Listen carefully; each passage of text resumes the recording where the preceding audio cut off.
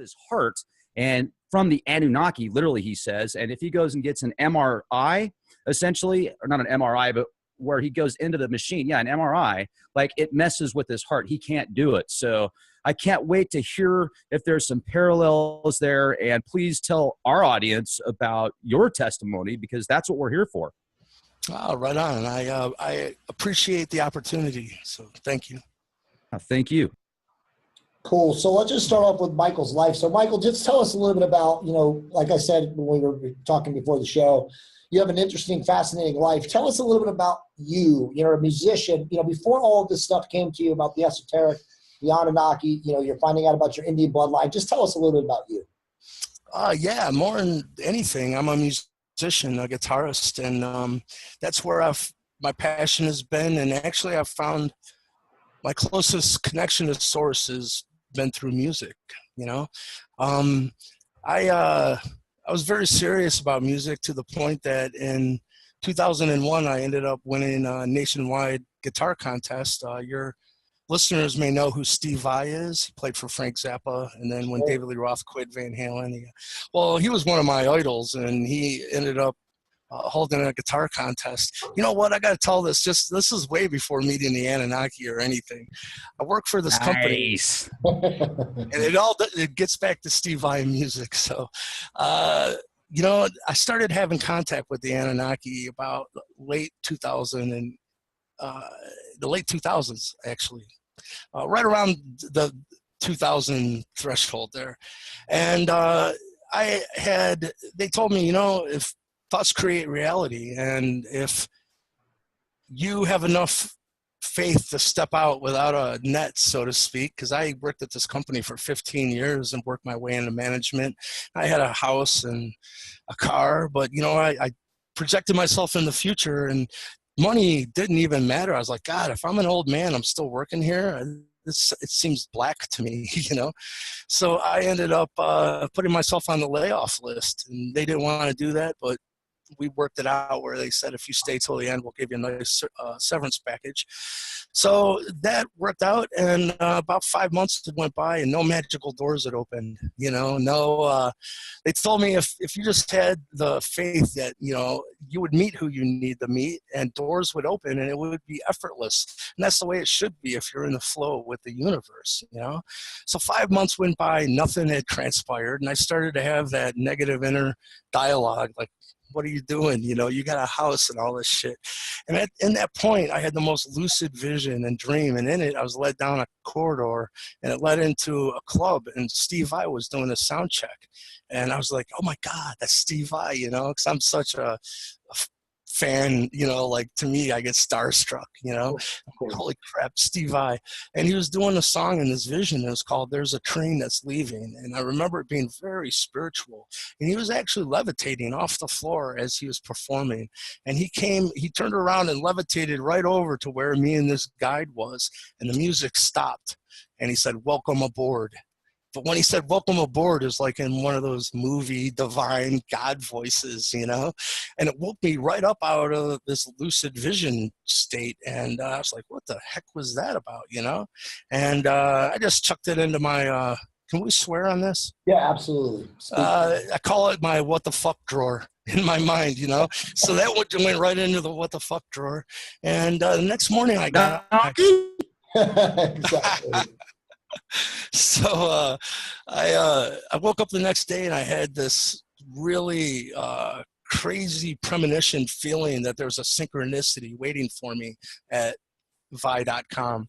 So I went there, and in my mind I was like, man, wouldn't it be weird if he was really working on a song called There's a Train That's Leaving or something like that? Well, the first thing when I visited his website, it said, enter the Steve Vai Ibanez Guitar Challenge. The fur went up on the back of my neck, man. I knew I was going to win that contest, and I haven't even recorded a note, for the contest. And I was so confident because I just met him the night before in this vision, and he said, welcome aboard. So sure enough, the stars ended up lining up, and I did end up winning the contest. And it was a huge confirmation for me to, let go and let God, as they say. I don't really like the word God, by the way. It has so much baggage that comes with it. I like all that is, but it is what it is. Awesome. So that's the music thing. You know, I've went on to, you know, I've produced 3 CDs. I've done the soundtrack to a documentary me and David Sarita did called Music from Here to Andromeda. And so music has always been the backbone of everything I've experienced. But yeah, like you said, things really started to change in 2008. So talk a little bit about that. So what happened? Well, I live very close to Lake Erie, and around 2005 time period, I started seeing these orbs of light out over Lake Erie. And it got to the point where I decided to see if I could find some, you know, shoreline, some beaches that I could go down around sunset and hang out and see if I could get some of this stuff on film.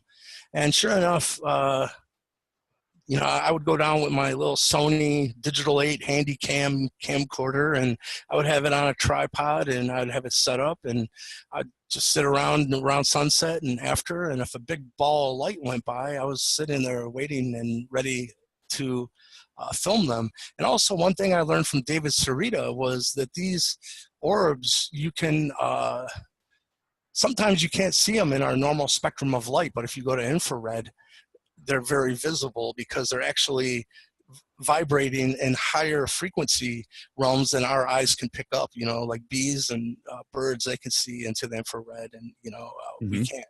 So I learned how in my camera to, while I was filming them, I would go from normal shot where you could see all the nice, beautiful colors, and I'd flip the switch into super night vision, and then all of a sudden you'd see the lay of the land and, you know, the lake, and, you know, really get an idea of what you're looking at. And then I'd switch it back to get, because I really like seeing the color, you know, so it was daunting for me to figure out which mode to film it in. But I started to accumulate quite a library of footage, and it ended up where right now my YouTube channel has over 4.5 million views. That's awesome. And that, if anyone wants to check it out, it's Frozen Hill, all one word, and that's my YouTube channel. But that is what brought the History Channel to my door, is that they were doing a show on Skywatchers. And I was going to have about a 5-minute segment in the show, and they were going to cover the Lake Erie UFOs, and that was that. When they came to interview me in late 2007, they had went to Virginia 2 weeks prior, and they had interviewed another contactee, and his name was Terrell Copeland. And what they had found is Terrell had filmed the exact same orbs of light that I had filmed over Lake Erie. He had the same bed of spiritual information given to him, which is the, you know, belief, which is our thoughts, feelings, and emotions create our own perceived physical reality. Right. And the same kind of story of contact. What they found out with him, though, was he was getting deployed overseas, and they did a thorough medical test and blood work. And what they found was he had a blood anomaly that none of the best military doctors could find out why that he had this. So he was given an honorary discharge out of the military. So the History Channel thought, wow, wouldn't it be weird if these two guys that have such similar stories, that have never met each other, they're 500 miles apart, if this other guy in Cleveland, being me, wouldn't it be weird if I ended up with that same unknown blood anomaly? So without Is it RH negative blood? It's not, you know, a lot of people ask me that, and we can, I can tell you that why this is kind of funny is I am the biggest baby when it comes to needles. Like, it's almost a phobia, and I have never given blood. It scares the hell out of me to, like, I do not like needles. Maybe it was just a defensive mechanism, but so what had happened, they didn't tell me, because if they would have told me they were flying me to Boston to have my blood work done by a Harvard professor, I probably would have said no, because I'm like, hell no, it's not sticking a needle in me, you know? But right. when I got to Boston, that's exactly what was going on. And they had flown Terrell there as well. And they had our blood work done by a Harvard professor. His name was David Systrom. And this episode, by the way, is called Alien Contact, and it's on UFO Hunters Season 1. And I've actually seen that. I still have I've watched all those episodes. I've taped them on DirecTV about 2 or 3 times, and they continue to tape. So I've seen that episode, actually. Oh, That's right awesome. on. Yeah, you know what's weird with that is I never knew how the History Channel felt about the show. But Bill Burns, you know, the host of UFO Hunters and many other things, he had wrote a book and released it in 2011 called UFO Hunters the Book. And, you know, Bill's a New York Times best-selling author. He did The Day After Roswell with Colonel Philip Corso. Right. So, by the way, we can get into that because I found out there are some things that weren't included in the book, and I got Bill to tell me what it is, but we can get into that later. Yeah. So in the book, I found out for the first time it was our episode that got the show renewed for a second season. They liked the drama of Bill saying, you know, these guys are hybrids. And the other host is going, dude, you just can't say that out loud, you know? So, yeah, remember that part where, you know, they went outside and kind of yelled at each other and Bill's like, hey, it is what it is. You know, he said they don't have normal human blood. I can tell you guys, if you're interested, the details of the blood anomaly that they did find. That'd be fantastic. And if you could, as well as not only the details on it, but is there any type of paperwork or anything that verifies this kind of stuff? Is that why they were so interested to discuss this with you and actually put it on that channel? Because that's a pretty big deal. Oh, yeah. Yes. And it's actually anyone that has has their blood work done up. It's a test that it's going to be a part of any blood test, and that is your creatine kinase levels. Right. And creatine kinase, everyone's brains releases this enzyme, and the normal levels of this in the blood is 25 parts per liter of blood is creatine kinase. And creatine kinase brings oxygen into the bloodstream.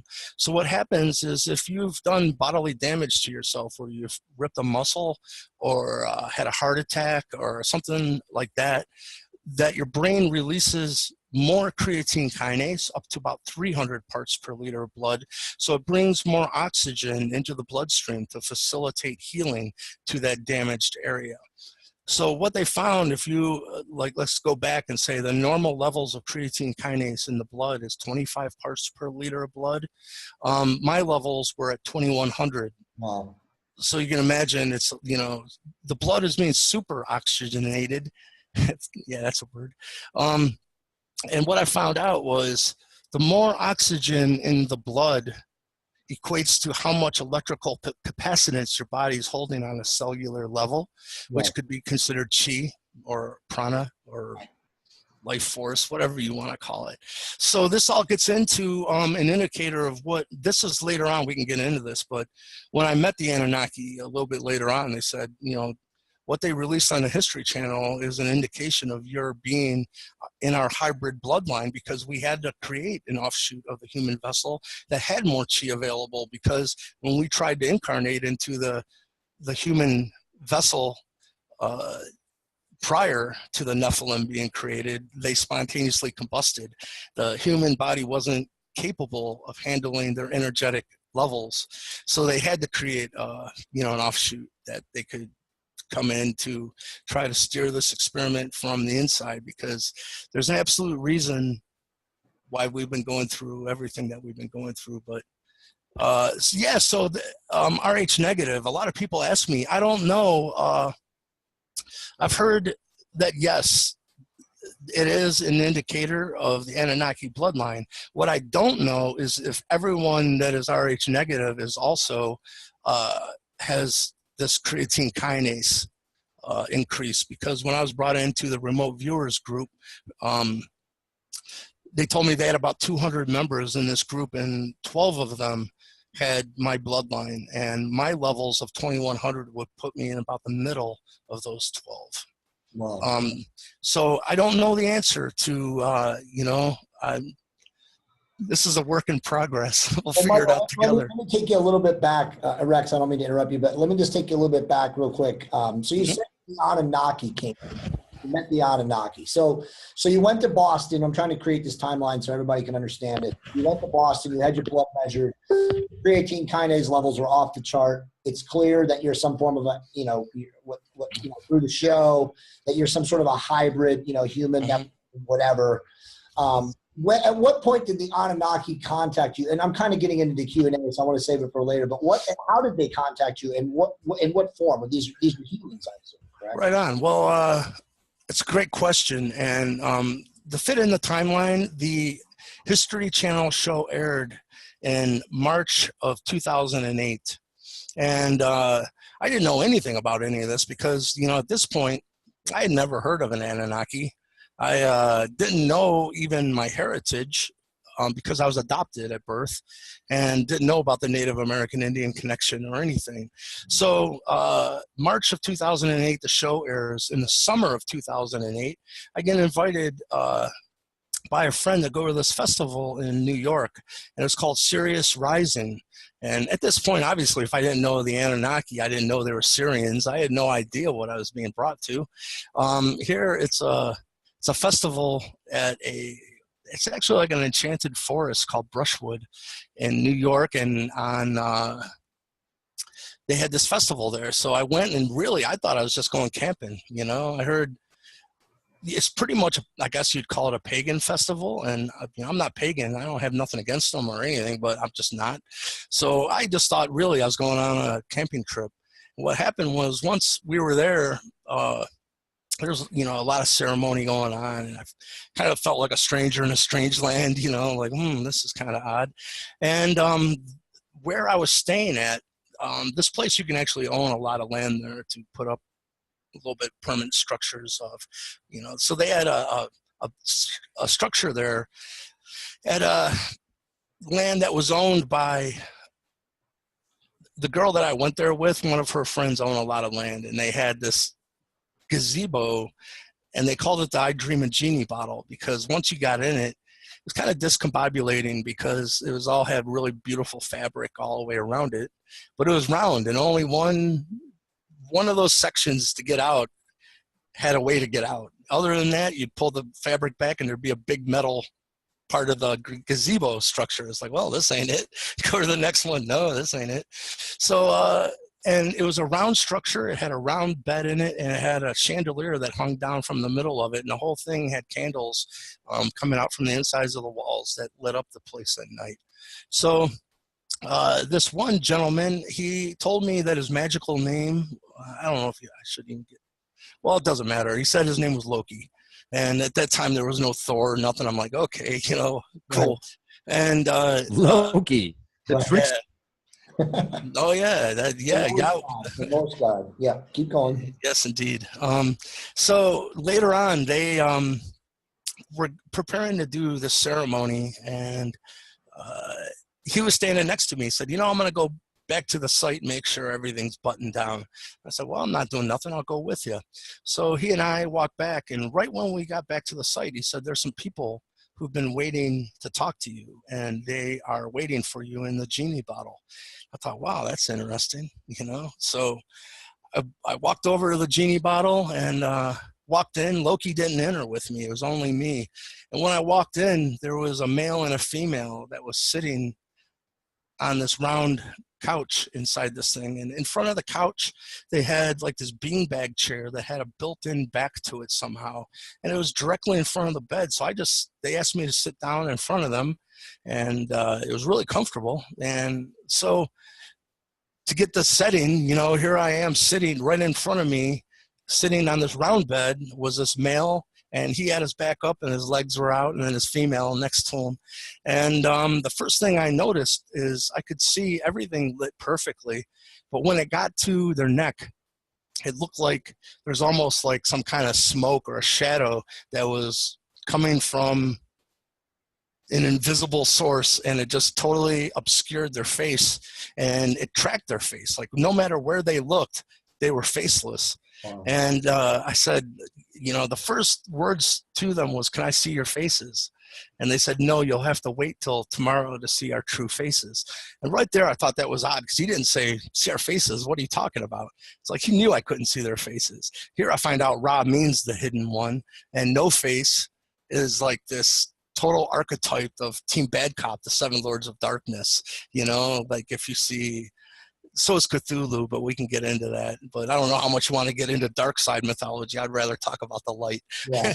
Why not go both routes, man? I mean, that's Right. one of the neat, if I can jump in just Yeah. for a second. I mean, this is Yeah, a lot brother. of information that a lot of us need to hear about, especially that listen to Decoders of Truth, Leak Project, you know, people that follow Jay, people that keep track of the updates I do. This is incredible. The stuff you're talking about is newer information to me. So please share both sides with us if you feel comfortable doing so.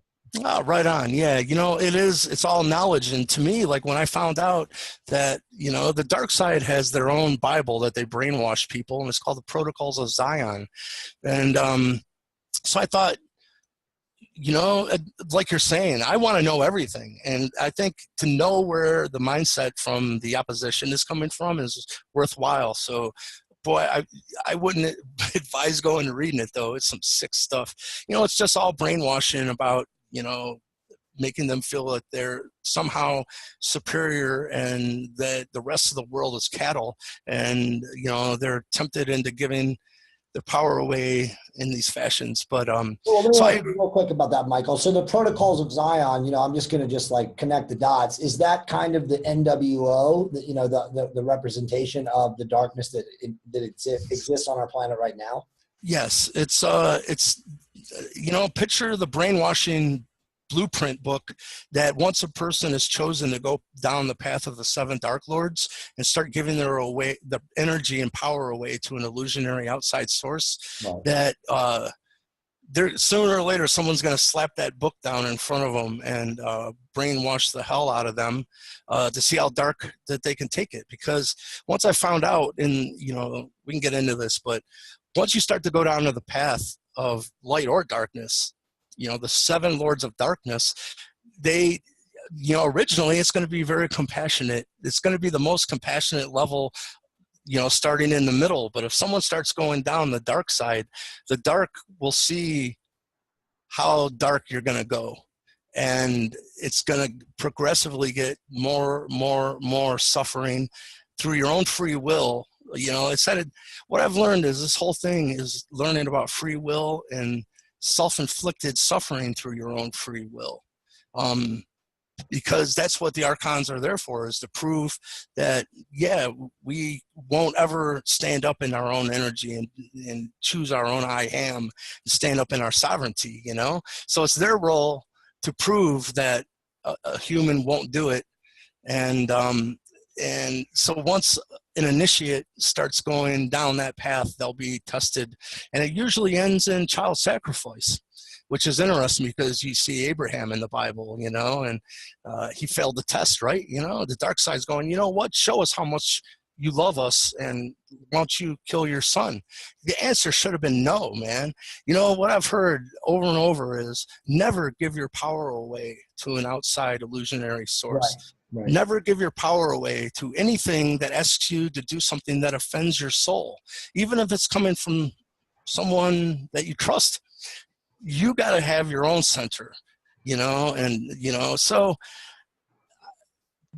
yeah, does that answer the question? That's well said. If I could jump in for a second, because you're hitting on so many powerful points. You brought up the archons. I was thinking about the archons right before you brought them up. You talked about the Anunnaki. There's so much speculation on what the differences between the two. I'm just going to give my interpretation. I have studied the archons in greater detail than most, and what I understand of them is they influence people outside of the 0.01% of the electromagnetic light spectrum that people pick up with their eyes. And they influence people kind of on a technological, mental level, and they feed off of our energy, whether it's good or bad, but I think they enjoy the negative side of things more. But are they the Anunnaki in one? Are they different? Are they influencing some of the Anunnaki, causing the situations? What's your take on the archons and the Anunnaki and the people or the beings that have taken you and actually, you know, abducted you literally? Great questions, Rex. Go ahead, Michael. Yeah, right on. It is great questions. And it's actually right where I'm at in working through all of this myself, because what I've come to the conclusion is there's two different options here. The Emerald Tablets of Thoth specifically says that on the seven lords of darkness, the seed of a lesser spawn was brought in to occupy some of those seats. which some people would say they're the archons, Right. or the draconians, or, you know, jinn, whatever you want to put them. Sons of Belial, yeah. Keep going. Yep. Yeah, and that this group of extraterrestrials truly is a multidimensional race that feeds off of our mental energy if we allow it and give it to them. And so real quick, Michael, David Wilcox in his stuff recently with Corey Good calls it that negative energy, they call it la louche. And that these beings feed off of that negative energy. You've heard of that too, right? No, actually, no. I've never, sounds right. You know, Right. Put a label on it. That's fine. Right. But there's another option here. And this is where I'm stuck. I've met like the Arcturian ambassador here. I talked to him about this. He said, Michael, we'll become whatever you need to evolve, light or dark. Which, you know, to me makes even a little bit more sense, because believing that there's this multidimensional evil source is truly more dualistic thinking, us and them.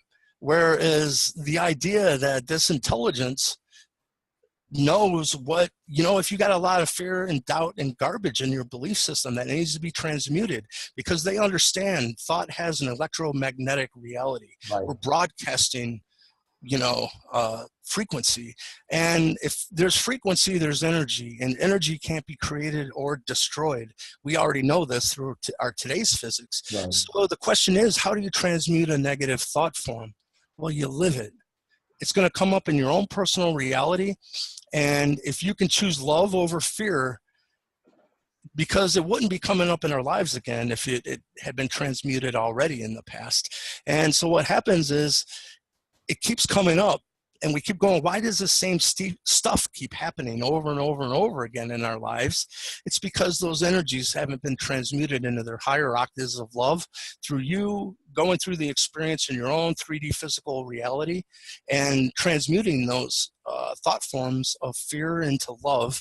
And then they're in a higher frequency, and then you're done with it, and it won't keep manifesting.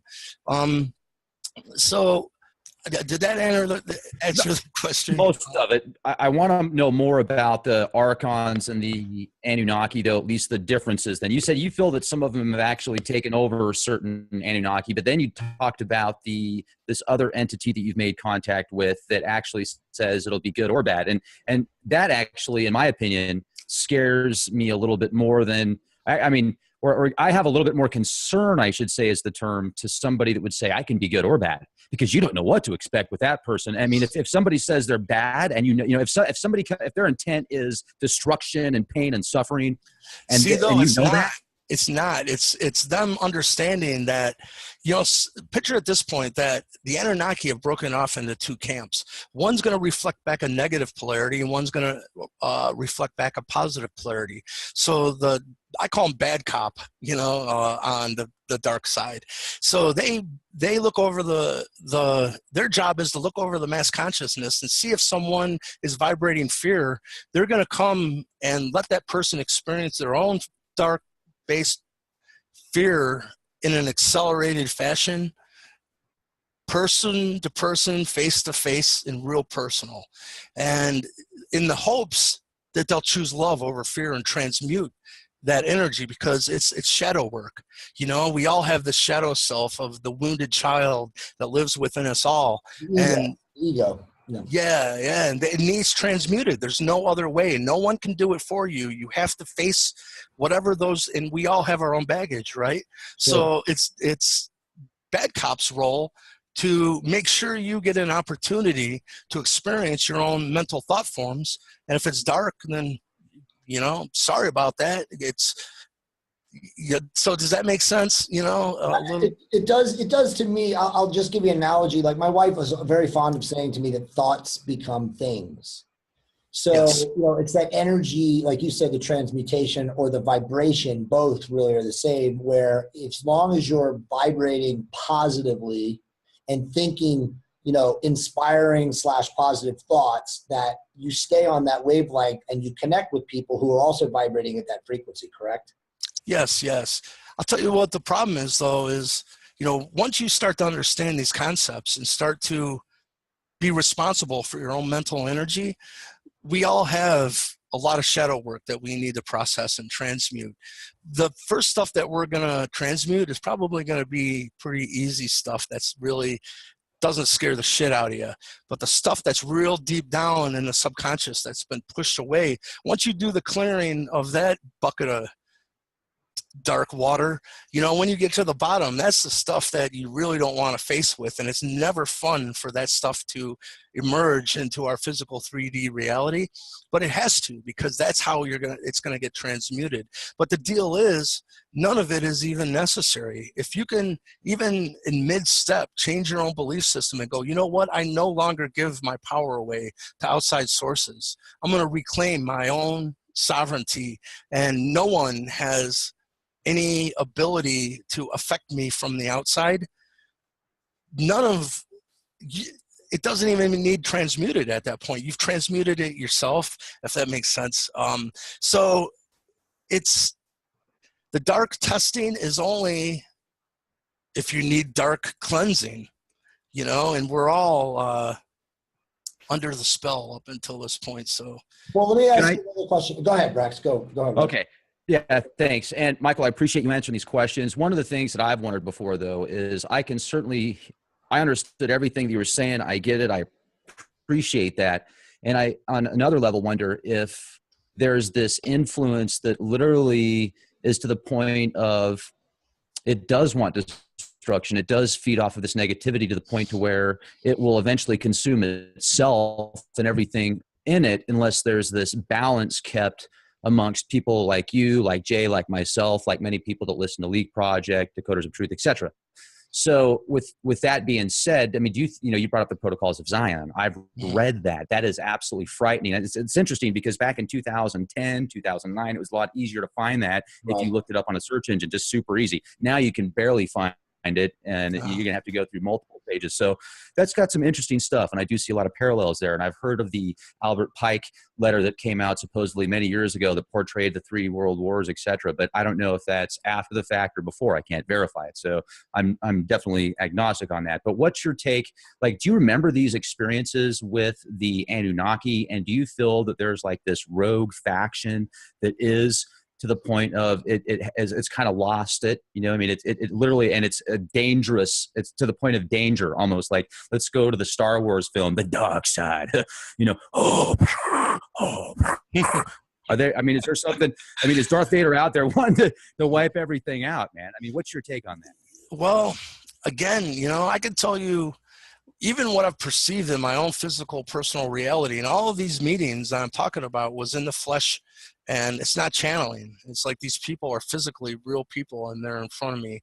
And through recently being brought before the council of the 7 lords, the head Lord of Darkness had revealed himself to me, and I can tell you, he seemed visibly really, really pissed off when the gig was up and I got past them and passed the tests. Matter of fact, he came up to me and he goes, you know, if you didn't have that mutated blood, we would have had you.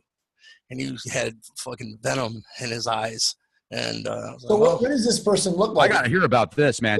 Is this a human form? Yes. 7 lords. So they're literally, you can't distinguish them from like a quote unquote alien or a dark being. I mean, they just look like a human.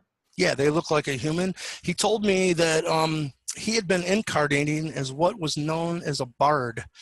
And he said a bard, when you look in the past, like in England and kingship, that the bard always sat next to the king. And it was his role to go out and take a look in the kingdom and condense the state of the kingdom into a short Shakespearean type short story that would communicate the state of the kingdom to the king in an accelerated fashion, because the king didn't have time for all the little details. He needed it put together. And he said, you'll see, I always sit next to the king or the chief. I sit on the left. And as I told you, once Yahweh had revealed himself to me, he said, I work with the 7 lords of light and the 7 lords of darkness, and I'm the only one who sits directly in the middle, and I'm the only one who holds a seat on both sides, both light and dark. And so this person who sat next to him, he told me that that was the position of the bard, and he had been incarnating into the human form for 7,000 years, and they had to incarnate as a bard, and it was a very specific bloodline, he told me. It was kind of funny because he was almost like the character in a film where he was so sure and gloating because he truly thought he had the key to destroy me. And he told me what it was, actually. It's almost like in the movie where the guy's so egoed out that there's no way that you're going to not fall in the trap. So he revealed a lot to me. And one thing was very interesting, but we can get into this. He brought up very early in this 4-day ceremony, this woman was next to him. And this gentleman walks away, the bard, we will call him. He walks away and leaves me with this woman. And she seemed at that time, I even thought, man, she's odd. I mean, she was about the least personable person I've ever met. And really, there was not much discussion. It was awkward silence. And so then he walked back in a couple minutes. Well, the next day is when he revealed a lot to me. And he was kind of like gloating. He goes, we tested you. We can see. We send an information packet of a very specific amount of information holographically, quantumly, and we can see how fast you assimilate a download from the ether, and that you have the fastest download rate of anyone we've ever tested. And he said it was 7 seconds. And I have no reference point, so I have no clue. But I know as a musician, I kind of see what they're saying, that to be a good musician, you have to be multidimensionally aware of all your band members within the moment, and to keep everything locked in and tight, And so that's information of taking it in on an auditory level, visually in the moment. But I guess while we're just going through this and what happened with him, he came up to me the second night of this Halls of Amenti that was gift wrapped as a Native American Indian ceremony that was known as a sun dance, which no matter how this is implemented, there's always this blood and flesh sacrifice portion of the testing. And in the Native American Indian culture, they pierce. And truly, they even say, though, here's the deal, is even in their culture, they call it heyoka, which is backwards. It's the clown. It's the trickster. And if something is heyoka, and all of them know, actually, day 3 of the Sundance is called Heyoka Day. And everything's backwards. And so day 2, he comes to me and says, and he's giggly. I'm talking about the bard, the one that holds the next seat next to Yahweh on the dark. He said, I'm so excited. I had a dream and it had everything to do with you. And I said, well, all right. I have no clue what he's talking about, And he said, what I can tell you is if a dream is confirmed in reality, it has to be reenacted at the Sundance. And your dream, when you showed up in my dream and what happened, has been confirmed here. There was a gentleman in this vision, and he's here for real now. And he told me who he was, and he was from Canada. He was a Blackfoot. And he said, we're really excited because now we're going to reenact your dream tomorrow. And I thought, well, that's freaking crazy. First of all, the thought of my dream that he had is going to be reenacted at a Sundance, that's freaking weird, right? Like, yeah. So I said, what is it? And he said, I can't tell you. It take away from the energy. So I was thinking, oh, okay. Well, I'll tell you what happened after this is these previous 2 days, it was sweltering. It was about 100 degrees out. It was so hot. And I was trying to even find shade under a tree and just get out of the sun. Well, here, some of my friends were what they call sun dancing, which, is continually dancing all day while you're staring in the sun, and you're not allowed to drink any food or any water, and for 4 days. And at the end, after being out in the 100-degree sun with no food or no water at night, they take you into a super hot sweat lodge, Native American Indian sweat lodge. Then you sleep, and the next day you get up and you do the same thing over again. And some of my friends had signed up to dance for the very first time. And I was just horrified at, like, I felt so bad for them, you know, like, oh my God. So the end of day 2, I prayed for rain with everything that I had in my body, like, just to give them some relief, you know, maybe, like. So what happened was, you know, this is right after the bard had talked to me and all of this, and I knew the next day somehow my dream he had was going to be reenacted. And that night of day 2, me and my friend Sheldon Bird, which he's become a dear friend, and but that's a whole nother story. We're on the road that was near the Sundance grounds, and we're looking way off in the distance because this was in Utah. It's all farmland. It's super flat, so you could just see forever. Way What off. part of Utah? Like Four Corners area, or? And sorry to interrupt. I just no. It's all good. Shit, dude, I don't remember. I've never been there before, and it was only for this ceremony. I don't remember.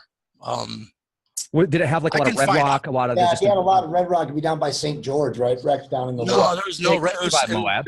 It was nothing but flat land. There's no red rock at all. No, nothing. It was just nothing but farmland. I can find out for you because no worries. It's got to be Eastern Utah. It's got to be Eastern Utah. Go ahead. So cool. We continue.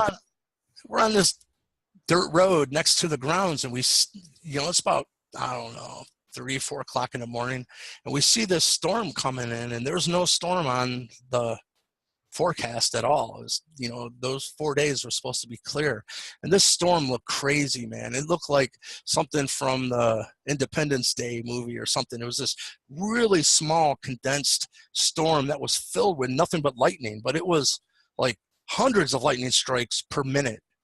And the whole thing was just glowing and very small and compact. And a matter of fact, I found someone filmed that storm coming in, and I posted on my wall the actual storm. So it is mind-blowing when you see the video.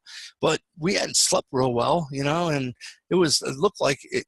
I'm thinking, man, if that thing doesn't dissipate, it looks like it's coming this way. Wouldn't that be something?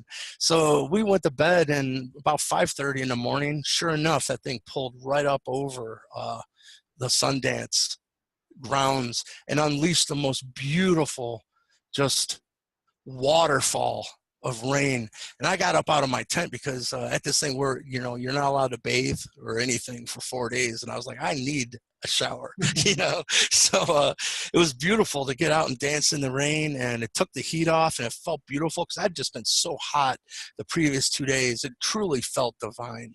And I could tell you what I didn't know is that the dark and the light are there doing their thing on initiates, and it's in the Illuminati mind programming. I learned after this, Yahweh, you know, he said, listen, spirit is controlling those drummers that hit very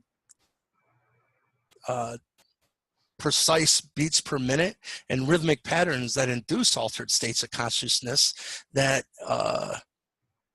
where people are more susceptible to suggestion. And, you know, part of that mind programming was to never pray for rain. And so what I didn't know, if one person had enough love and compassion to pray for rain, you automatically got the backing of the 7 Lords of Light. Because not only had you disobeyed the Illuminati mind programming that said never pray for rain, but you showed love and compassion for your fellow man and woman, brother and sister, you know? So I didn't know. I just, you know, I said I passed the test by being a decent person. It's really all it took. But so the next morning, I went, and it's kind of interesting because the one that administered this whole ceremony, he kept trying to get me to come, and like I kept getting messages, you know, Chief wants you to come and sit with him. I had this weird feeling like I needed to get my grounding first and try to figure out. And I told my friend that was there with me, give a shout out to Al James. Hey, brother. I told him, you know, the problem is I'm not told him I'm not going to Sundance, you know? So that morning, the first thing that happened was, as I said, this person revealed themselves and said, I hold a seat on both sides, light and dark. So he came out from the dark chair and he said, who prayed for rain? You know? And he went up to all the dancers, he's pointing at them. Did you pray for rain? No, I didn't pray for rain, Chief. Did you pray for rain? No, I didn't pray for rain, Chief. When he got around the circle and we made eye contact, I said, I prayed for rain, Chief. I said, wasn't it beautiful? I said, I got out and danced in it. Did you? He looks at me and he just goes, Michael prayed for rain. Well, at that point, I did go and sit down with him then. And I told him, Chief, I don't Sundance. I'm not going to Sundance. It's not my way, but I respect your right to do it, and that's all good, but, you know, I'm not going to be Sundance. And he looked at me, he said, Michael, I'm so glad you didn't enter that circle. He said, Spirit looks at anybody that participates in these blood and flesh offering ceremonies as prostitute. He said, I've never told anyone they can't get out of there and go get a drink of water. They're doing this to themselves. And he even went in and showed me all the Christian symbology that they use in their programming. He said, look at those dancers, what they have on their heads. That's the crown of thorns that Jesus wore. Look at what they're wearing around their wrists. That's where Jesus was attached to the cross. Look at their ankles and the bands that they have around. That's where it said it's all Christian mythology that we use to pretty much trick them to give their energy away over to the archons, right? He said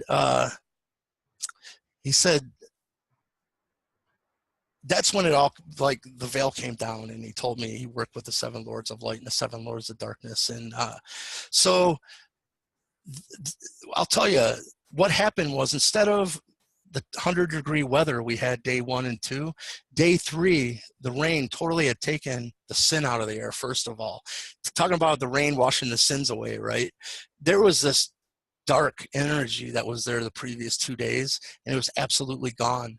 And instead of the stifling heat in 100 degrees, it was about 80 degrees, and there was this beautiful moisture that held in the air all day long. It's like you're on a tropical island, and everyone was just talking about, oh my God, this day feels freaking blessed, you know? But we were sitting there, and this gets back to them reenacting the dream, because all of a sudden he looked at me and said, Michael, if you enter that circle, you're going to be lying in a fetal position crying out for your mama. You're going to have your thumb in your mouth. You'll have the cleanest thumb of anybody in this whole place if you enter that circle. I'm thinking, the chills went through my spine, because I knew he was communicating something. What I didn't know is he knew what they're going to do with this here in the future to try to trick me in.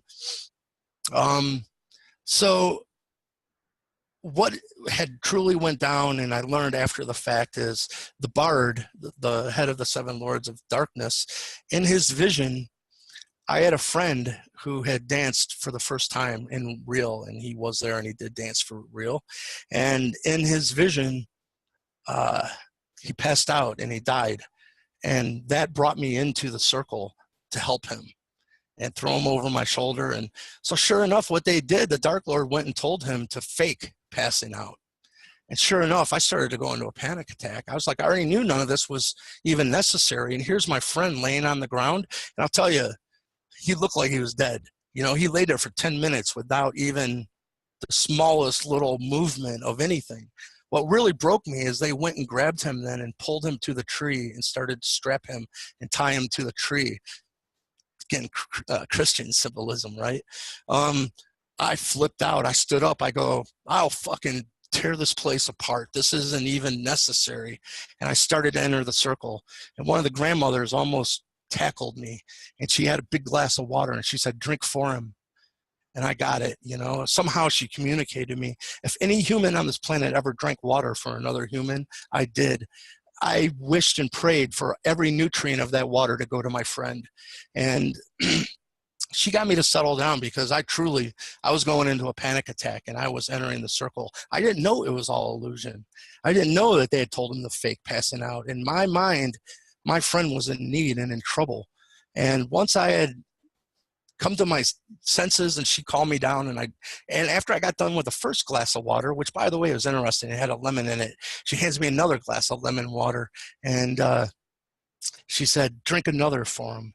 So I drank that one as well. And then I got up and I thought, okay, I'm going to walk back to the circle. Truly, if he was still down, I was going in to get him. But when I got there, he was back up on his feet, dancing around, had tons of energy. There was no issue at all. And so danger averted, right?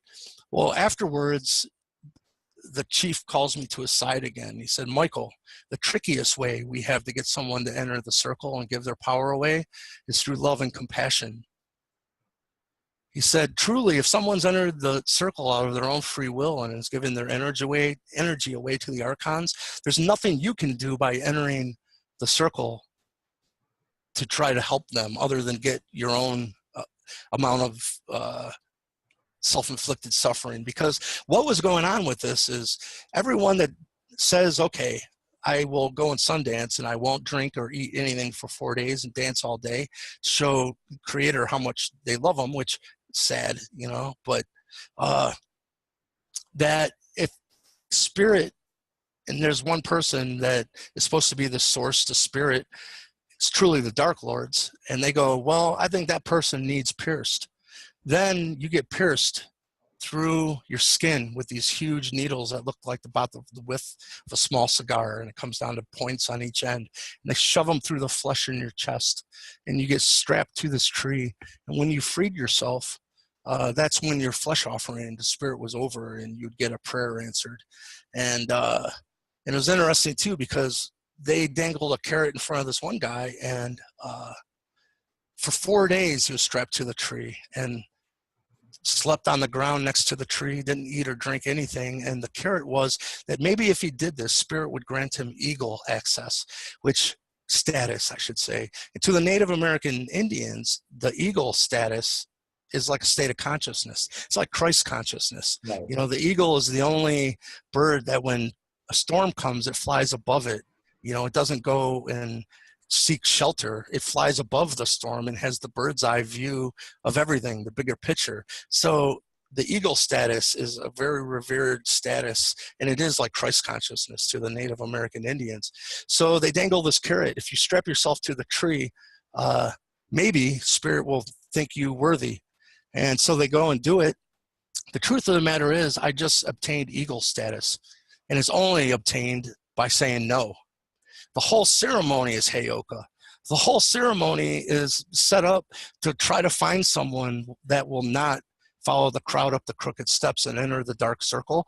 But even if you get beyond the dark, the 7 lords of light is almost more difficult testing, because you have to prove you'll bring love and compassion to any suffering that comes your way, except if you pray for rain.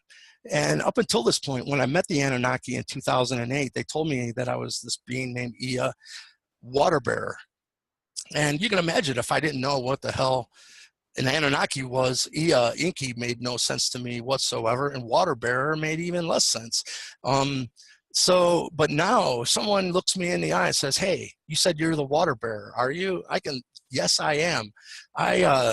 You know, in the NSA, the remote viewers, they call it LERM, Light Encoded Reality Matrix, which is the manifestation of something from no thing. It's truly learning how physical reality is created from light and sound, and being able to use your mental energy to manifest a physical reality. That there was no storm on the forecast. It was my LERM creation, and it took me a minute to actually, like, that was one of the biggest things that I can tell you that I know what it is now.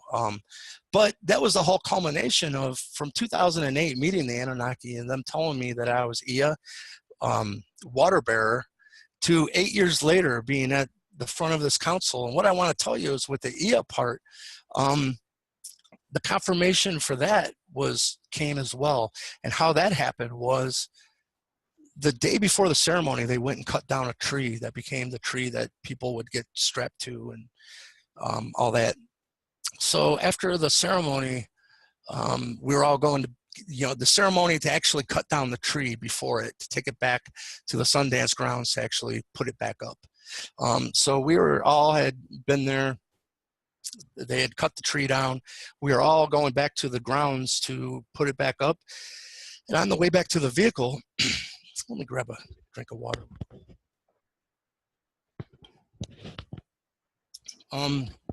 someone had ran up and grabbed my shoulders. And actually there's just someone I hadn't seen before, and I didn't see him afterwards. And he said, the grandfathers are having a meeting and your presence is requested. I said, what the hell? You know, so, and he pointed into the woods. So I walked over where those woods were, and it's right where they had cut the tree down.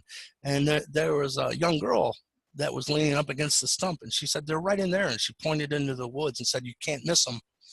So I worked my way into the woods, and there was nothing there. And it wasn't very easy getting in there. I cut the shit out of my legs getting out of there with thorns and thickets. And I'm thinking, what the hell? You know, have I been Indian punked? You know, like I didn't know what was happening. So I get out of there, we get back in the car, go back to the grounds. And when we're at the Sundance grounds, this little girl runs up to me and she goes, Spirit wanted me to tell you that the reason you didn't see the grandfathers was they were in spirit form. And I just was in such shock. I'm like, what did you just say? How did you know that? And she said, Spirit told me, and she like hopped off. And I'm like, whoa, this is getting crazy. So a little bit later on, one of the grandmothers, I had helped her. She had a walker and she needed help, you know, getting around. And so anytime I seen her, I gave her my arm to, you know, help her get where she was going. And we had become friends. And one of the other people had come up and they said, you know, they had talked to her for maybe about 5 minutes. And afterwards they said, well, thank you so much for your time, grandmother. Oh, by the way, is this your grandson? And she said, no, this is the grandfather. So then again, I'm like, all right, man, this is getting really freaking strange, you know? So this all culminated later on when one of the other grandmothers, we were again on that road that was outside of the grounds, and she pulled up in her minivan. She said, Michael, would you get in the van? I want to talk to you. And so I got in the van, really didn't know what it was. And she said, we want to give you a history lesson on the bloodline and how it got here and how it, so she said it resides now.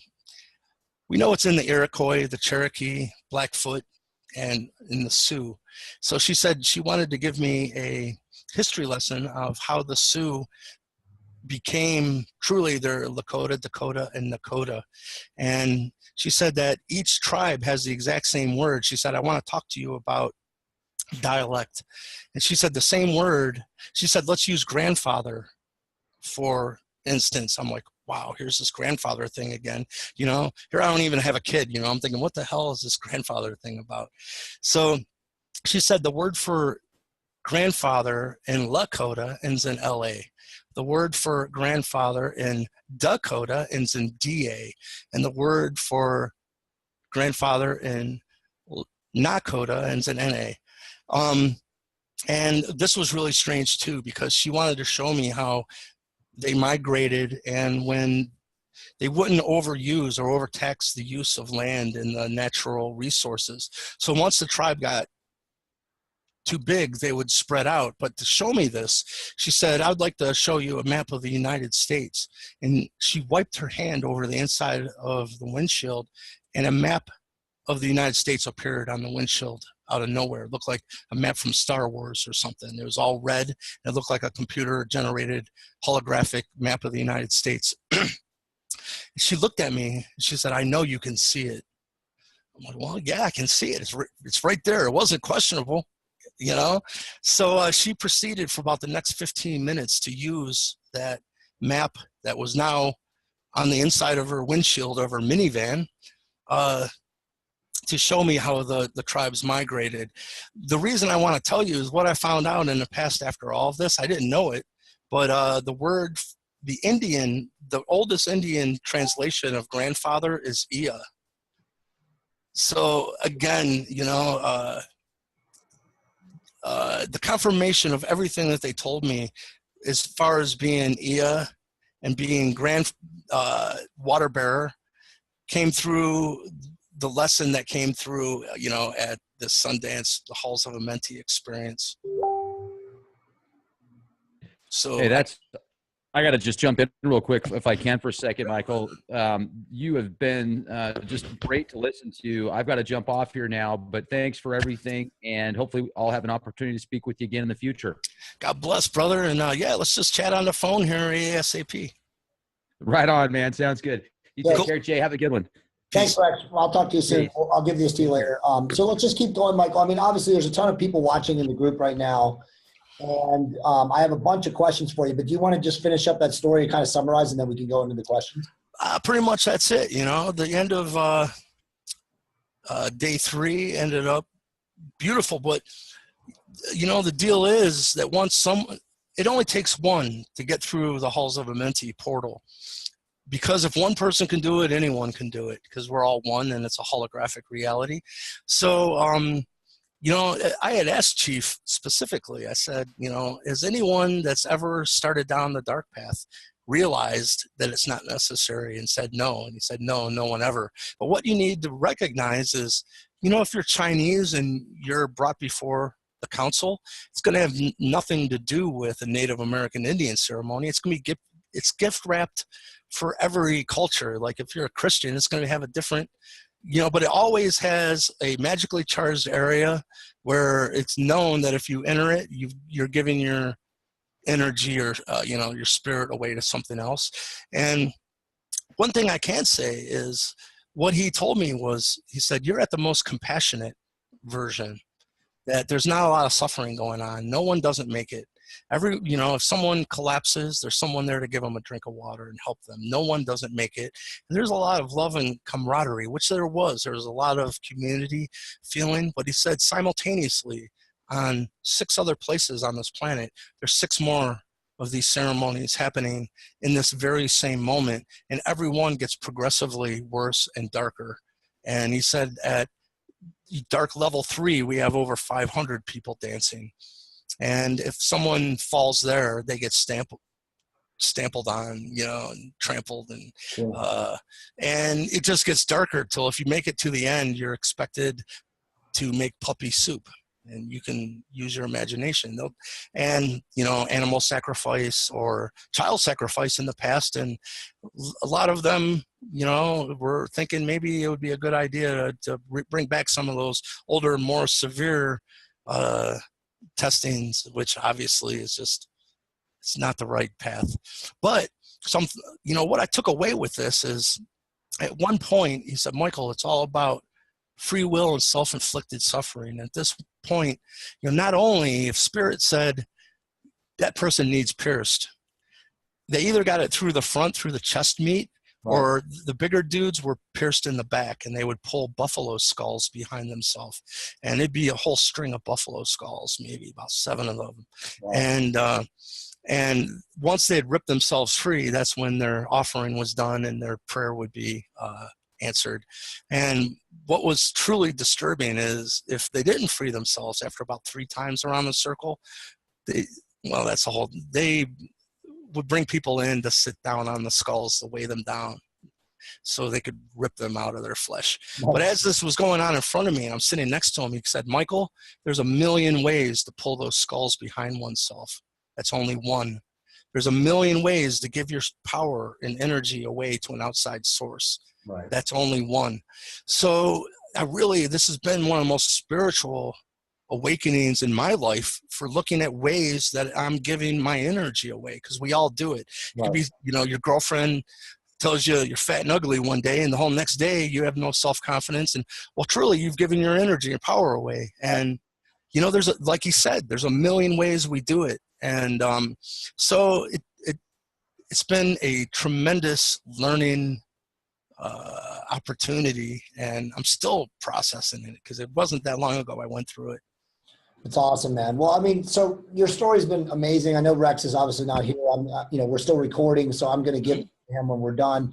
But dude, I have a ton of questions, and there's a lot of people also in the group watching right now that are asking questions. So let me just get through the questions that were originally prepared. I'm also going to ask you some off-the-cuff questions based on our conversation. So the one thing that still sticks out, I know Rex was pinging me on the side, he wanted you to answer this, was, so the first time you saw them when you were in this like circular you know, thing, when you were in the festival or whatever, the pagan festival or whatever, and you said they had like a smoke screen on their face, the male and the female. Yeah. What were they like giant? Were they like over 7 feet tall? Were they normal size? And when they No, they're totally normal size. They're always normal size. So there was never any kind of like indication that they weren't human, except for being faceless. These both people had very high-ranking positions within NASA. I found out. The gentleman had said, you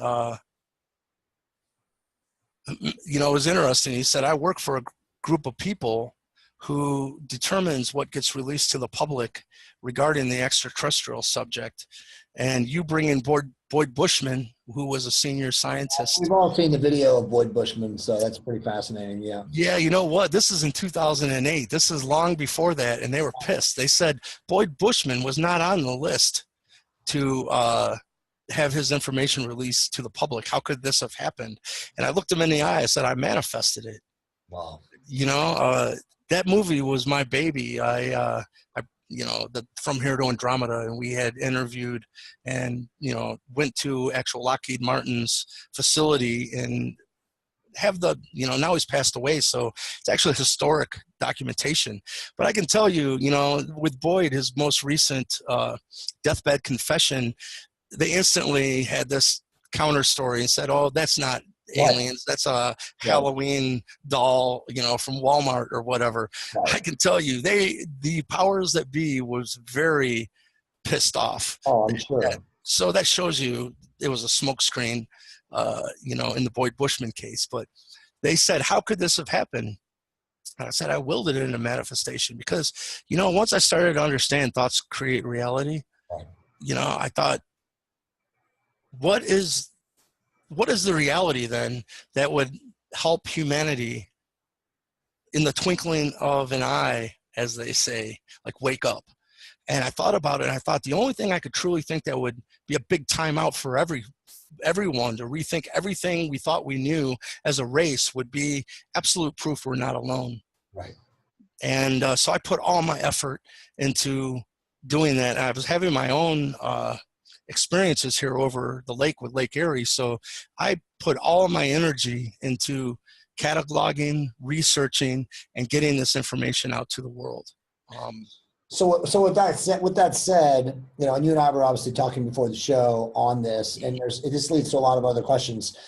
Do you believe, and I know you commented in the thread on the Decoders of Truth on this, let's get a little deeper. So do you believe that the great reveal, the lifting of the veil, the disclosure event, whatever you want to call it, do you think it's positive or it will be negative? It's going to be positive.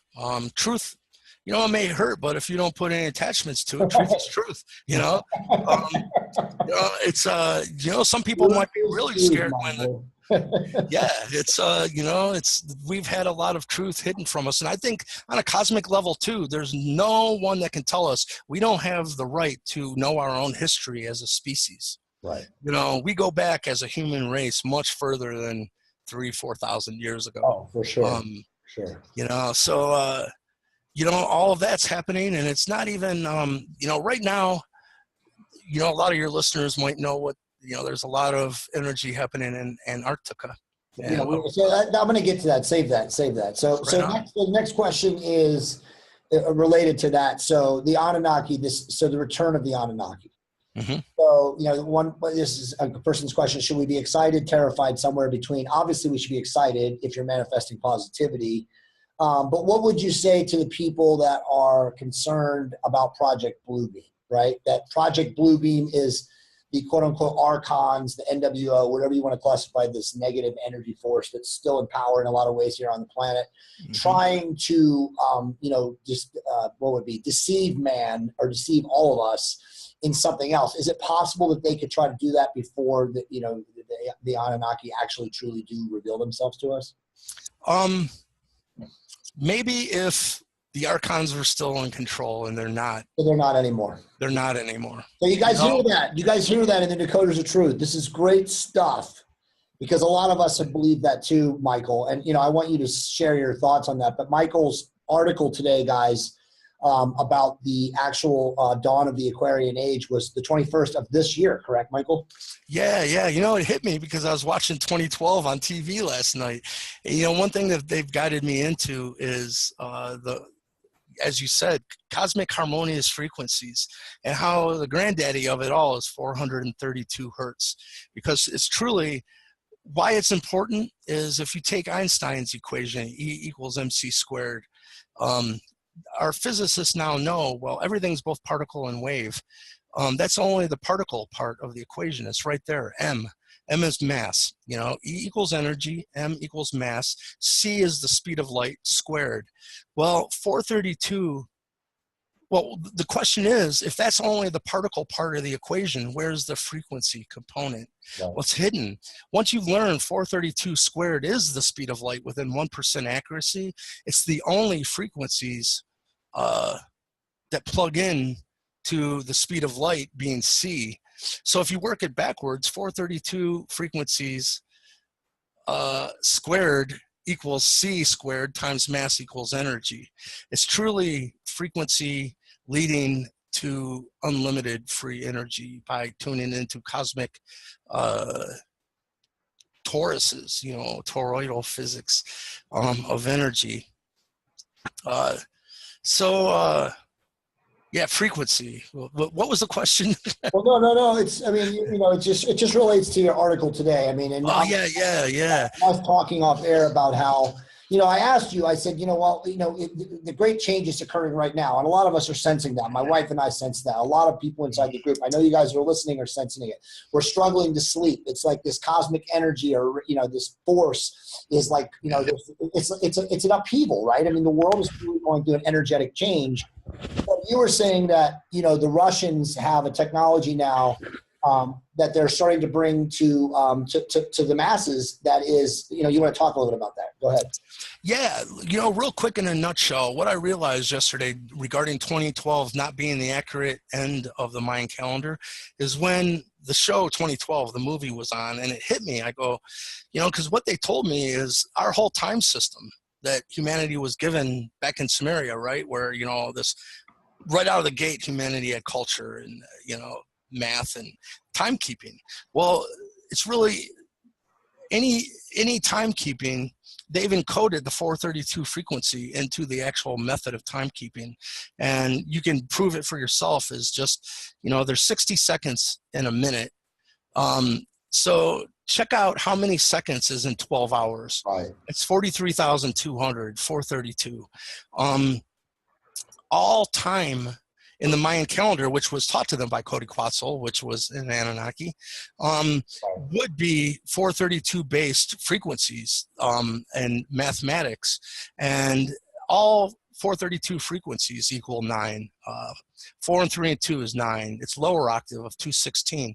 2 and 1 and 6 is 9. Its lower octave 108, which is interesting because a lot of Tibetan monks they'll pray on 108 beads. Right. You know, and then 54 and then 27. All those numbers add up to 9.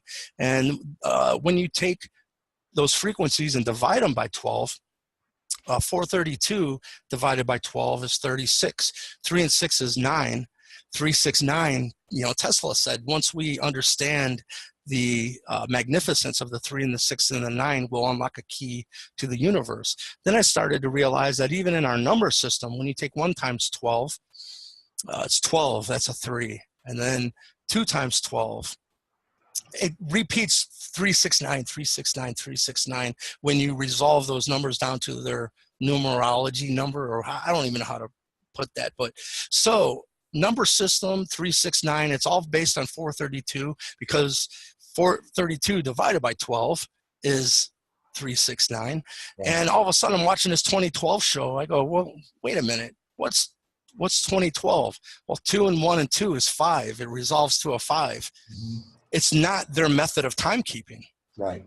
Their method of timekeeping would end on a 9. It's in our own way of even measuring time, which is 1 second times 12 hours is 432, you know? Yeah. So then I said, well, what the hell? What's the next year that truly equals up to 9, which would mark the end of their calendar? It's this year. And what's really interesting is the Halls of Amenti, really truly what happens, they told me, is that is what programs the next year of physical 3D perceived reality. And every day within the halls programs the next 3 months. So, you know, the beginning of the year is December 21st of, the winter equinox. So it all lined up like with what happened in the halls of Menti. But it's really interesting then, because if this was truly the end of, that one crop circle said the conduit is closing, there's still time, but there's still good out there. We believe in you, but the conduit is closing. Boy, we came close to not making it, didn't we? Well, let me ask you about that then, because obviously there's a million people asking this question, and Gerald's always talking about this. And obviously, the big fear, quote unquote, I hate saying fear, but, the interpreting the data, interpreting the research, they talk about Nibiru. They talk about, the incoming. They talk about the body, the brown dwarf star, it's a million names, Nemesis, Herculobus. Is Nibiru the Anunnaki truly, the Anunnaki's home planet truly? Is it inbound, and is it possible that it's going to cause great perturbations of our orbit, our geomagnetic rotation? Are we going to have issues with the planet when it's here? I mean, again, Gerald Clark will say that his data interpretation is that it's in the next 2 years. Plus or minus, it could be in the early part of 2017. We've had people, very high level, physicists now talk about there's another planet in our solar system. So NASA's admitting it. Great scientists are admitting it. Is it something that we should be worried about or not? Well, it's a loaded question, because it can be catastrophic, but it's absolutely, if you look back in history records, every 3,600 years when it comes through, it's not catastrophic. Right, it's not always catastrophic, right? So the question becomes, well, what makes it a survivable transit compared to a not survivable transit? What I learned is where it transits through the solar system when it comes through. If it comes through between Mars and Jupiter, we got a fighting chance, because we have something to buffer its effects on our electromagnetic fields of the planet. But if it passes between Mars and Earth, now we got a problem, and it can cause a pole shift, right. But what I want to show people is look into Buzz Aldrin recently stating, there's a monolith on one of the moons on Mars. When people find out it's there, he said, you look up the video, type in Buzz Aldrin moon monolith, and you'll find it. He said when people find out that this monolith is there, they're going to ask who put it there. And A.R. Borden, who right. was the head of this, NSA remote viewers. Sure. Actually, he was the head of this planet, really, because extraterrestrials are going to talk to a person who understands new life physics. They're, Right. But anyhow, he said he released that these monoliths are on all the nodal points where ley lines meet on all the planets, and truly it's Anunnaki technology to help with tectonic plate movement. Right. And he said the last time Nibiru came through, these were used to help alleviate some of the stress, and it worked very well, and it wasn't catastrophic. So what you're saying, and Michael, and I honestly, I very much tend to agree with you. Gerald and I have had very deep discussions. I also believe that through CERN, they're also manipulating gravitational pools, and elliptical pathways of different planets and bodies. You're basically saying that they have left us technology now to ensure that this planet is not destroyed.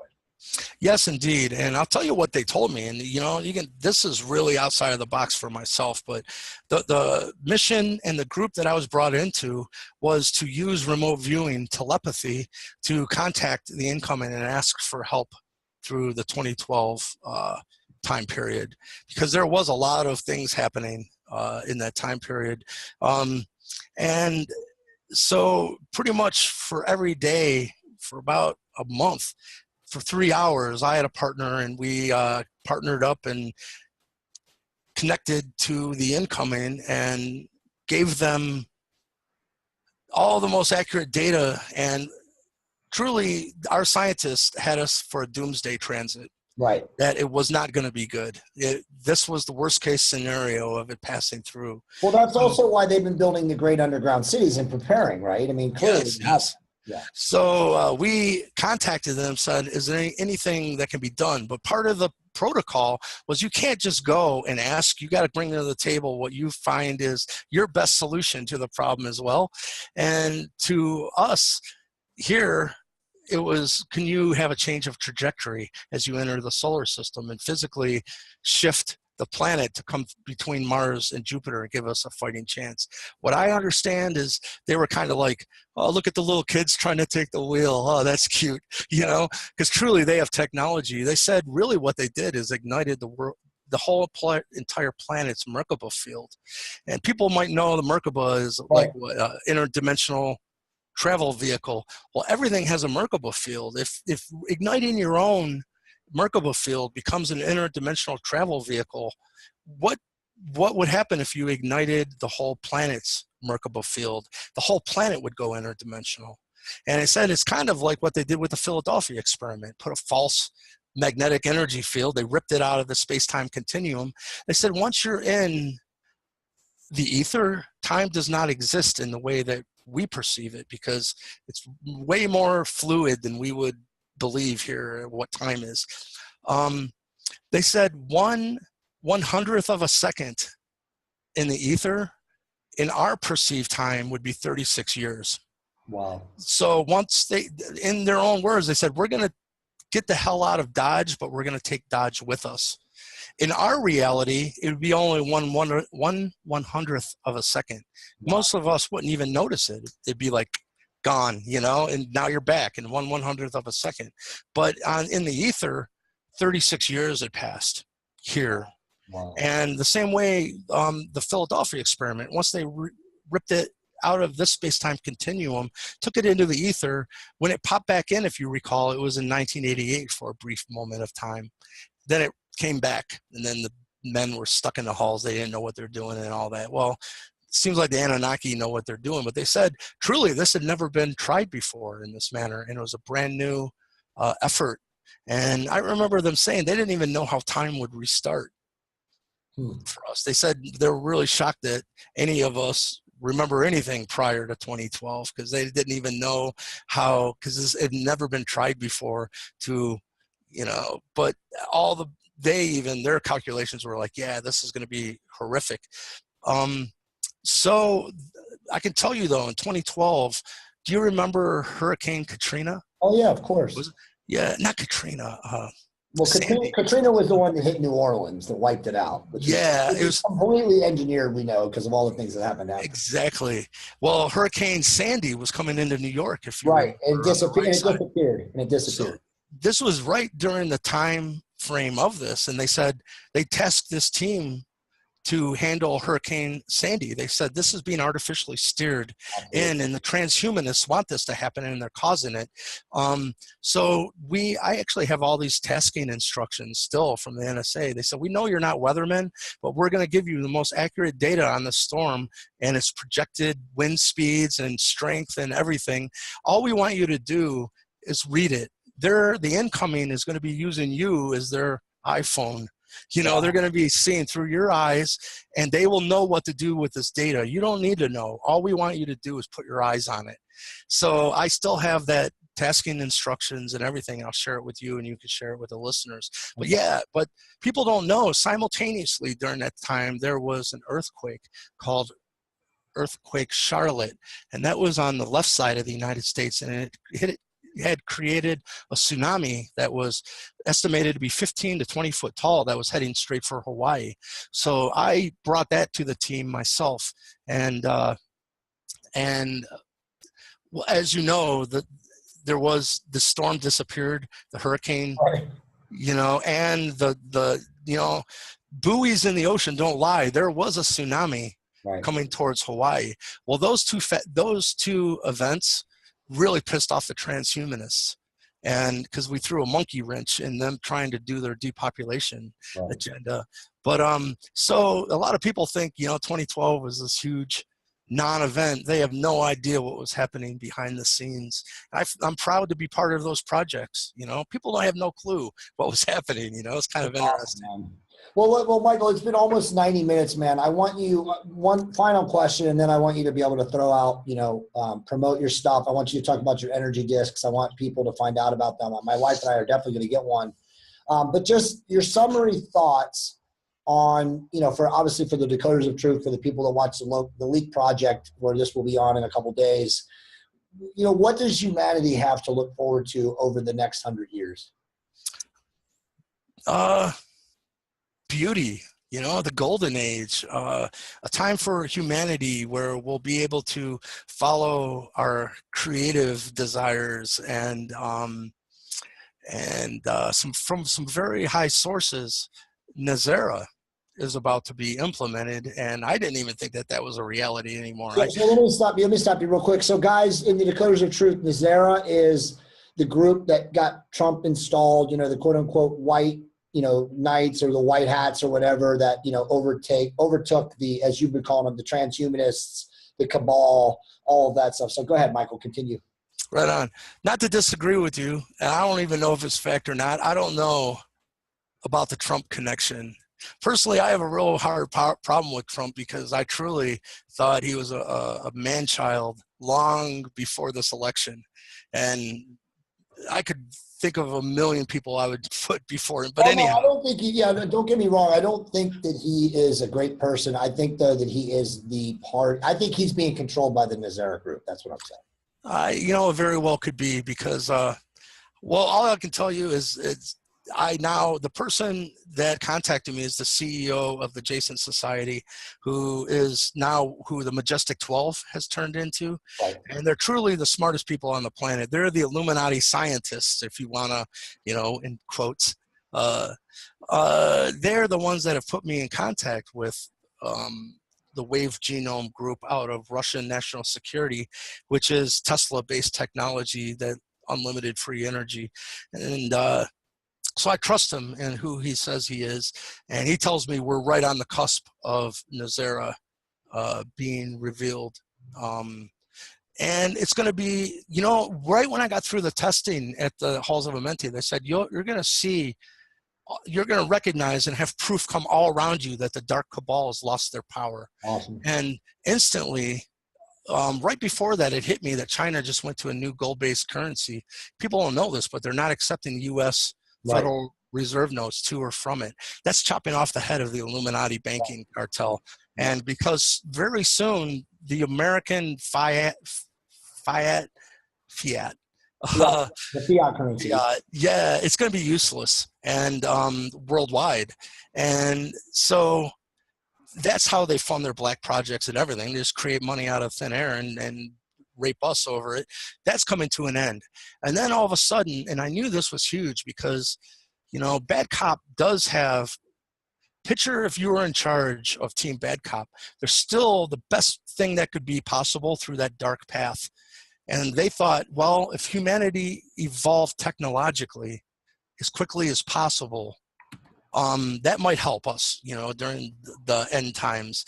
But they knew, technology without spirituality will lead to self-imploding, Right. So you need to have a balance of the male and feminine energies. But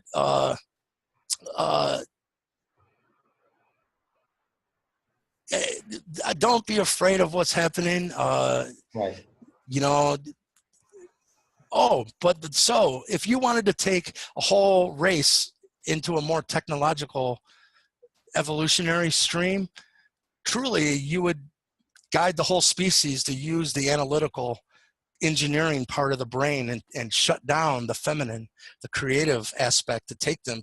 So it was very intentional that they started removing the feminine qualities from mass consciousness and taking, now the Pope said, oh, guess what? Mary Magdalene, guess what? She wasn't a whore and a hooker. She turns out to be the apostle of apostles. And he just said this. It was revealed. So right when I seen that, I knew dark was not in control anymore because it was part of their program to remove the feminine. Now the feminine is returning and reverence being given. Over and over again, I've seen aspects that showed me that they were losing their grip and control here. And it's going to continue to happen. I think we'll see the dominoes of the Federal Reserve being removed. And look into Nazera. It's called the National Economic Stabilization and Reformations Act. Right. And truly, I think how it should be viewed is it's truly the installation of a galactic society. And everything that is not at that level, it needs to go. and that there are systems that are truly beneficial and will help mankind reach the next golden age, waiting in the wings. And we will see every dark cloud reveal its silver lining. So that's awesome, man. Well, dude, so much. Thank you so much for coming on the show. Now, I want you to promote, your site and talk a little bit about your energy discs so the people, watching this can take advantage of that. Right on. Well, my website is michaelleehill.net. And the energy discs are an interesting thing that happened. I had met a woman who had learned this art form of creating these discs from another Pleiadian contactee, and they had downloaded these crystal discs, which is crystal glass quartz, and they have a copper wrap around it, and there's sacred geometry encoded in the disc. They said the most important thing was the image that was in the disc and to focus on things that were sacred geometry. If you take the idea of, say, pyramid power, that certain geometry has an innate subtle energy form that comes with it.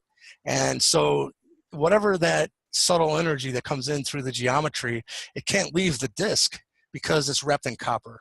Mm-hmm. So it's gonna, when you actually hold it then in your hand, it creates the circuit to work with that energy that's coming through. Well, I had learned how to do these discs from her, and I thought they were all beautiful, but at the same time, being a musician, I was studying what's called cymatics, which is a new scientific endeavor of making the invisible visible, right. Making frequency visible. And what it was your listeners might be familiar with, they'd have a big round metal plate and it'd have sand on it and it'd be tuned to a frequency. They'd bow it and you could watch the sand dance and geometry would form. And it wasn't random. Every time they hit specific frequencies, specific geometry would form.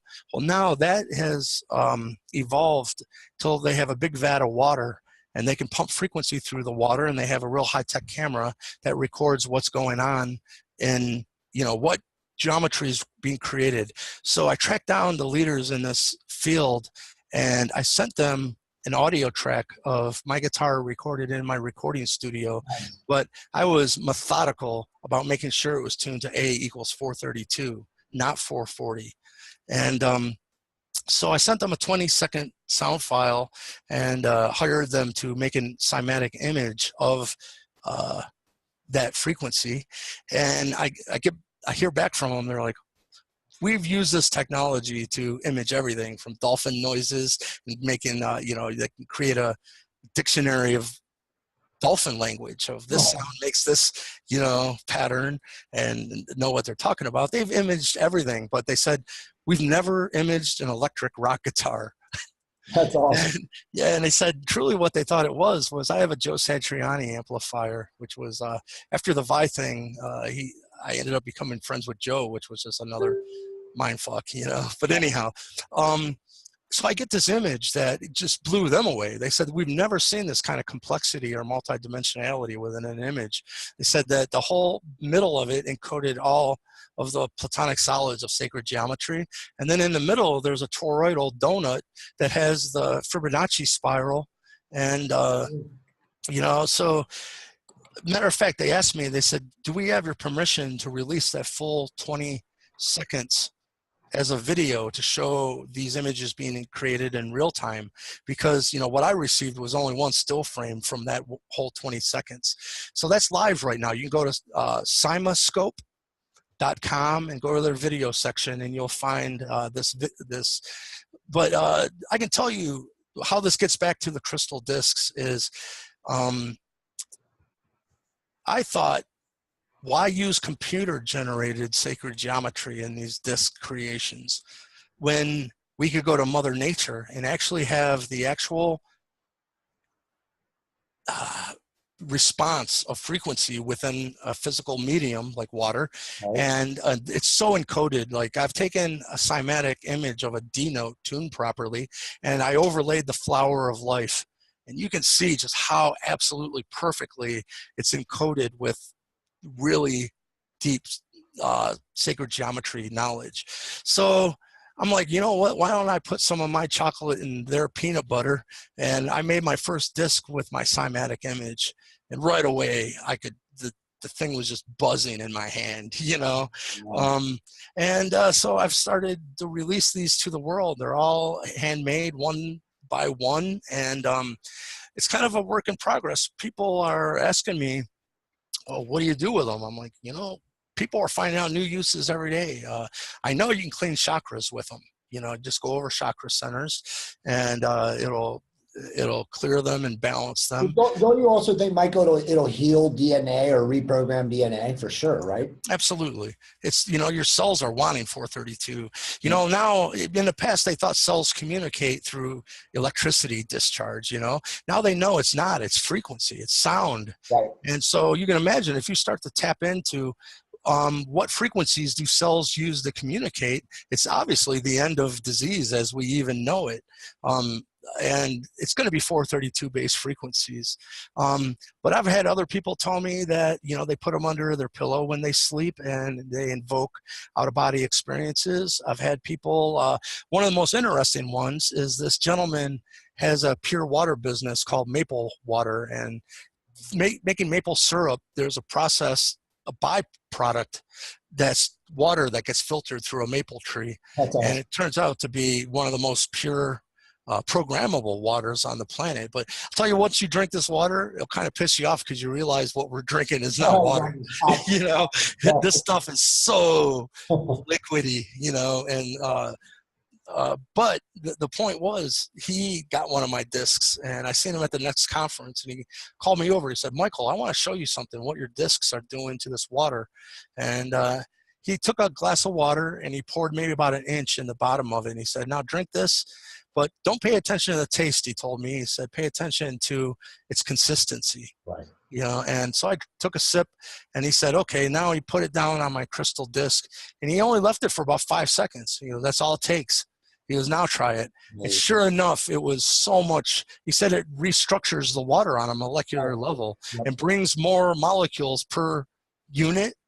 So your cells get really hydrated, you know?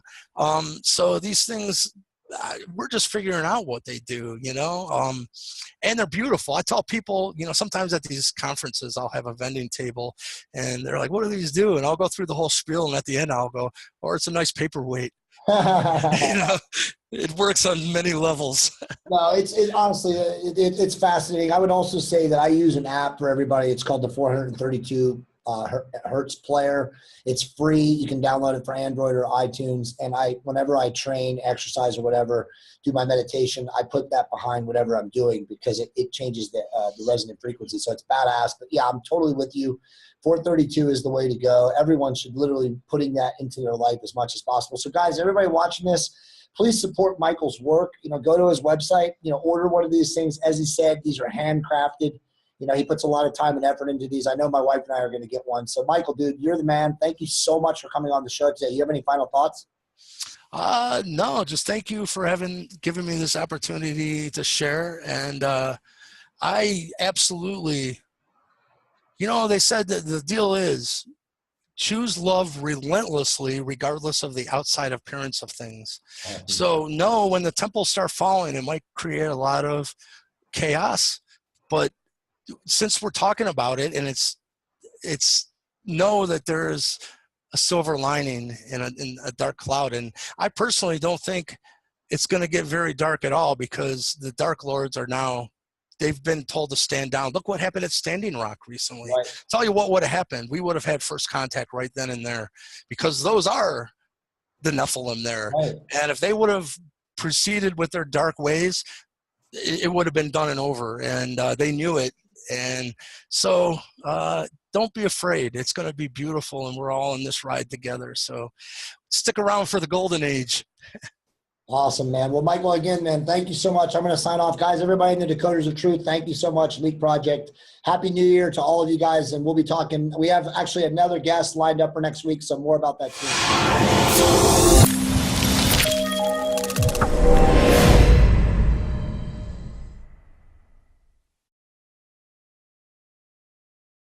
Ended up putting myself on the layoff list, and they didn't want to do that, but we worked it out where they said, if you stay till the end, we'll give you a nice severance package. So that worked out, and about 5 months went by, and no magical doors had opened. You know, no. They told me if you just had the faith that, you know, you would meet who you need to meet, and doors would open, and it would be effortless.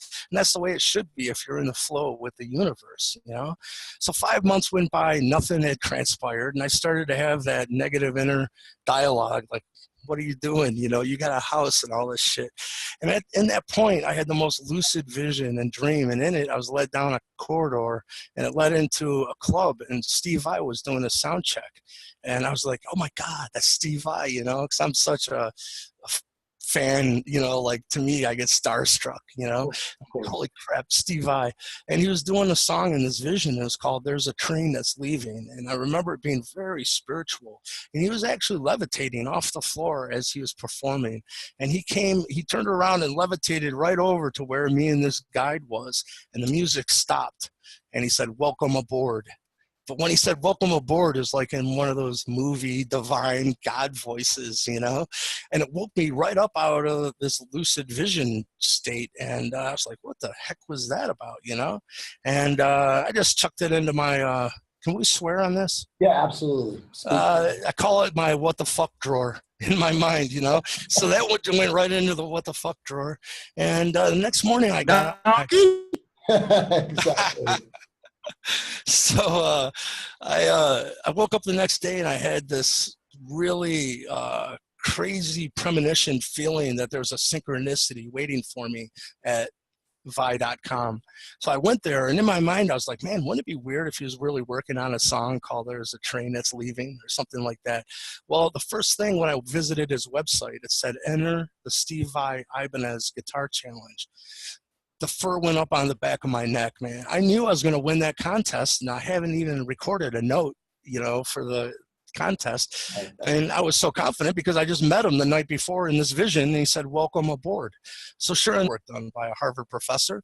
I probably would have said no, because I'm like, hell no, it's not sticking a needle in me, you know? But Right. when I got to Boston, that's exactly what was going on. And they had flown Terrell there as well. And they had our blood work done by a Harvard professor. His name was David Systrom. And this episode, by the way, is called Alien Contact, and it's on UFO Hunters Season 1. And I've actually seen that. I still have I've watched all those episodes. I've taped them on DirecTV about 2 or 3 times, and they continue to tape. So I've seen that episode, actually. Oh, That's right awesome. on. Yeah, you know what's weird with that is I never knew how the History Channel felt about the show. But Bill Burns, you know, the host of UFO Hunters and many other things, he had wrote a book and released it in 2011 called UFO Hunters the Book. And, you know, Bill's a New York Times best-selling author. He did The Day After Roswell with Colonel Philip Corso. Right. So, by the way, we can get into that because I found out there are some things that weren't included in the book, and I got Bill to tell me what it is, but we can get into that later. Yeah. So in the book, I found out for the first time it was our episode that got the show renewed for a second season. They liked the drama of Bill saying, you know, these guys are hybrids. And the other host is going, dude, you just can't say that out loud, you know? So, yeah, remember that part where, you know, they went outside and kind of yelled at each other, and Bill's like, hey, it is what it is. You know, he said they don't have normal human blood. I can tell you guys, if you're interested, the details of the blood anomaly that they did. That'd be fantastic. And if you could, as well as not only the details on it, but is there any type of paperwork or anything that verifies this kind of stuff? Is that why they were so interested to discuss this with you and actually put it on that channel? Because that's a pretty big deal. Oh, yeah. Yes. And it's actually anyone that has has their blood work done up. It's a test that it's going to be a part of any blood test, and that is your creatine kinase levels. Right.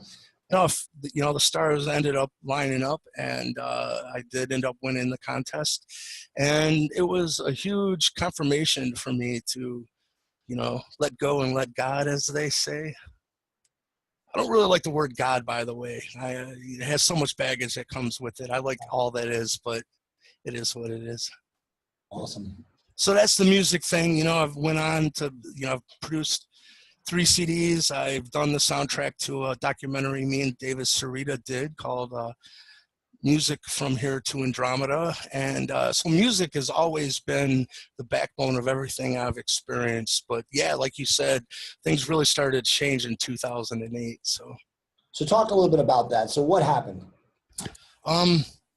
Well, I live very close to Lake Erie, and around 2005 time period, I started seeing these orbs of light out over Lake Erie. And it got to the point where I decided to see if I could find some, you know, shoreline, some beaches that I could go down around sunset and hang out and see if I could get some of this stuff on film. And sure enough, you know, I would go down with my little Sony Digital 8 handy camcorder, and I would have it on a tripod, and I'd have it set up, and I'd just sit around sunset and after, and if a big ball of light went by, I was sitting there waiting and ready to film them. And also one thing I learned from David Sarita was that these orbs, you can, sometimes you can't see them in our normal spectrum of light, but if you go to infrared, they're very visible because they're actually vibrating in higher frequency realms than our eyes can pick up, you know, like bees and birds, they can see into the infrared, and, you know, we can't. So I learned how in my camera to, while I was filming them, I would go from normal shot where you could see all the nice, beautiful colors, and I'd flip the switch into super night vision, and then all of a sudden you'd see the lay of the land and, you know, the lake, and, you know, really get an idea of what you're looking at. And then I'd switch it back to get, because I really like seeing the color, you know, so it was daunting for me to figure out which mode to film it in. But I started to accumulate quite a library of footage, and it ended up where right now my YouTube channel has over 4.5 million views. That's awesome. And that, if anyone wants to check it out, it's Frozen Hill, all one word, and that's my YouTube channel. But that is what brought the History Channel to my door, is that they were doing a show on Skywatchers. And I was going to have about a 5-minute segment in the show, and they were going to cover the Lake Erie UFOs, and that was that. When they came to interview me in late 2007, they had went to Virginia 2 weeks prior, and they had interviewed another contactee, and his name was Terrell Copeland. And what they had found is Terrell had filmed the exact same orbs of light that I had filmed over Lake Erie. He had the same bed of spiritual information given to him, which is the, you know, belief, which is our thoughts, feelings, and emotions create our own perceived physical reality. Right. And the same kind of story of contact. What they found out with him, though, was he was getting deployed overseas, and they did a thorough medical test and blood work.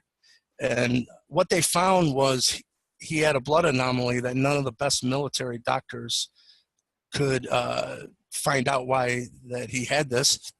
So he was given an honorary discharge out of the military. So the History Channel thought, wow, wouldn't it be weird if these two guys that have such similar stories, that have never met each other, they're 500 miles apart, if this other guy in Cleveland, being me, wouldn't it be weird if I ended up with that same unknown blood anomaly?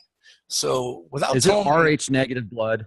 It's not, you know, a lot of people ask me that, and we can, I can tell you that why this is kind of funny is I am the biggest baby when it comes to needles. Like, it's almost a phobia, and I have never given blood. It scares the hell out of me to, like, I do not like needles. Maybe it was just a defensive mechanism, but so what had happened, they didn't tell me, because if they would have told me they were flying me to Boston to have my blood